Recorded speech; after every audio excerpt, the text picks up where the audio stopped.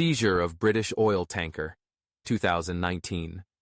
In the simmering geopolitical tension of the Persian Gulf, where the fragile balance of power is constantly tested, a dramatic incident unfolded in July 2019 that sent shockwaves across the globe. The seizure of the British oil tanker Stena Impero by Iran's Islamic Revolutionary Guard Corps, IRGC, was not just an act of maritime aggression.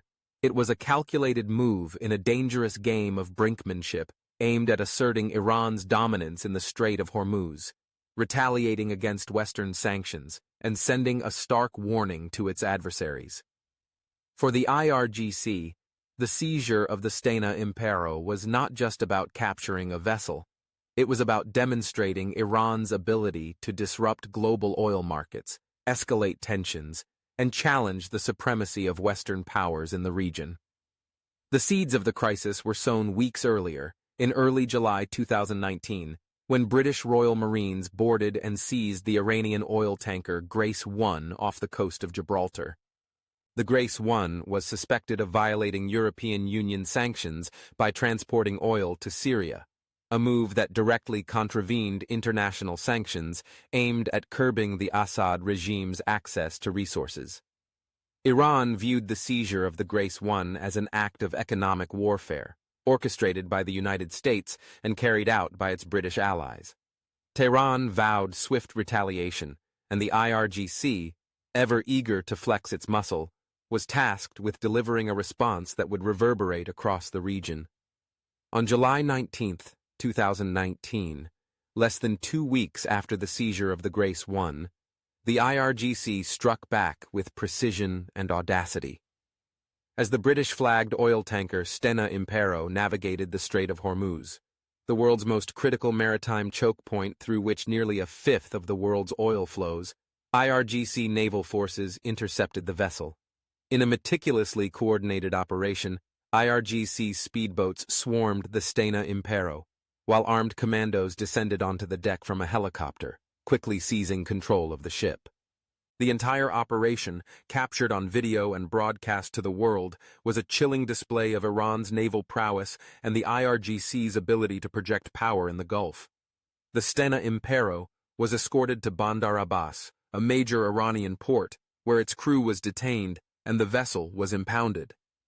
The IRGC justified the seizure by accusing the tanker of violating maritime regulations and colliding with an Iranian fishing boat, a thinly veiled pretext that few in the international community took seriously. For the IRGC, the seizure was not about enforcing maritime law. It was about sending a clear and unambiguous message to the West. Iran was willing to escalate tensions and disrupt global oil supplies if its interests were threatened. The seizure of the Stena Impero was part of a broader Iranian strategy known as maximum resistance, a response to the Trump administration's maximum pressure campaign that had crippled Iran's economy through harsh sanctions.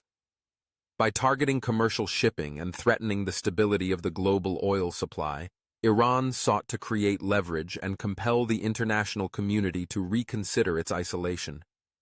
The IRGC, as the enforcer of Iran's strategic vision, played a central role in executing this strategy, using asymmetric tactics to turn the Persian Gulf into a theater of confrontation.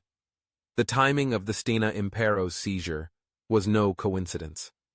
By targeting a British vessel, Iran sought to pressure the United Kingdom to release the Grace 1 and signal to other European powers that aligning too closely with Washington's anti-Iran policies would come at a steep cost. The IRGC's operation was a masterclass in psychological warfare, designed to instill fear and uncertainty among Western maritime operators and demonstrate that Iran could disrupt the global economy with impunity. But the IRGC's seizure of the Stena Impero was not merely a show of force, it was also a calculated risk.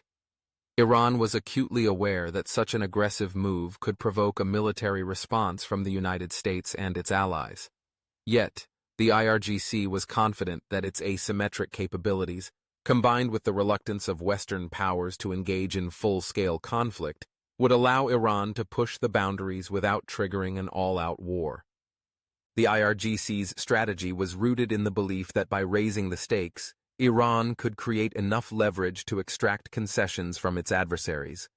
As the Stena Impero remained in Iranian custody, diplomatic efforts to de-escalate the crisis intensified. The United Kingdom, eager to avoid a military confrontation, engaged in back-channel negotiations with Tehran to secure the release of the vessel. Iran, however, was in no hurry to relinquish its prize. The IRGC understood that holding the Stena Impero gave Iran a powerful bargaining chip that could be used to influence ongoing diplomatic efforts and shape the narrative in its favor. The standoff eventually came to an end in September 2019, when the Stena Impero was released after nearly 2 months of detention.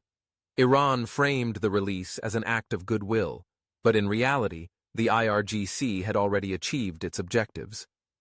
The seizure of the Stena Impero had demonstrated Iran's ability to disrupt global oil markets, escalate tensions in the Gulf, and compel Western powers to engage with Tehran on its terms.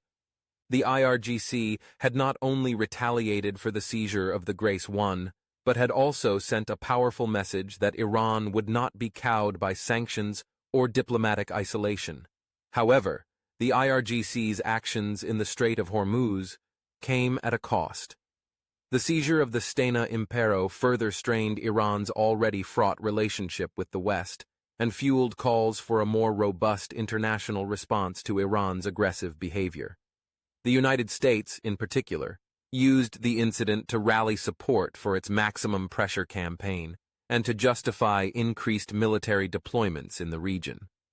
Iran's actions also heightened concerns among Gulf states, which feared that the escalating tensions could spill over into a broader conflict that would engulf the entire region.